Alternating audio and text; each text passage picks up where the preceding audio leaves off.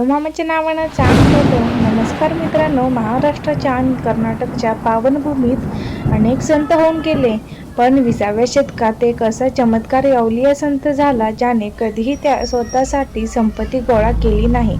अंगावर एक काळी घोंगडी, डोक्याला काळा फेटा आणि हातात काठी घेऊन ते आयुष्यभर मेंढ्यांच्या मागे अनवाणी पायाने फिरत राहिले.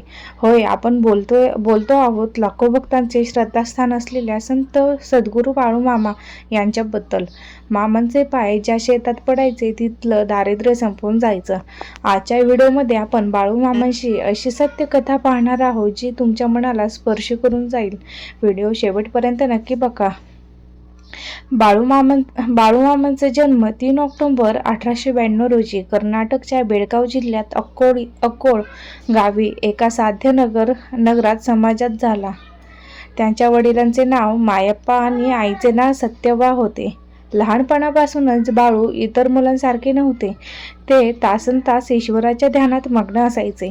एकदा लहानग्या बाळूला वडिलांनी शेतात पीक राखायला पाठवले, पण बाळू देवाच्या भजनात इतके हरून गेले की पक्ष्यांचा थवा येऊन सगळे धान्य खाऊन गेला. वडील जेव्हा शेतात आले तेव्हा ते खूप रागावले, पण चमत्कार असा झाला की बाळूमामांनी पक्ष्यांना उडवून लावताच झाडावरील सगळी कणके पुन्हा धान्याने पूर्ववत भरली. हा मामांच्या दैवी शक्तीचा पहिला अनुभव होता. गृहत्याग आणि फिरता दरबार. बाळूमामा जसजसे मोठे झाले तसतसे त्यांचे मन संसारात रमेना.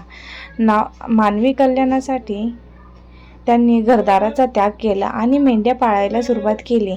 हा बाळूमामांचा फिरता दरबार होता. मामांच्या या मेंढ्या ज्या शेतकऱ्याच्या शेतात रात्रभर बसायच्या त्या शेतकऱ्याचे नशीब उघडायचे.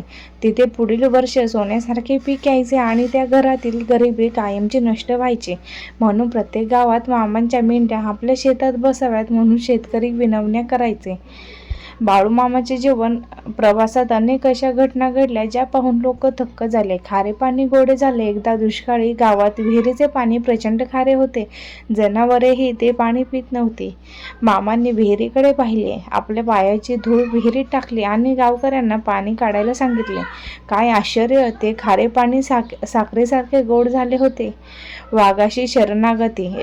एकदा जंगलात एक हिंस्र वाघाने मेंढ्यांवर हल्ला करण्याचा प्रयत्न केला. सगळे धनगर घाबरून पळाले, पण मामा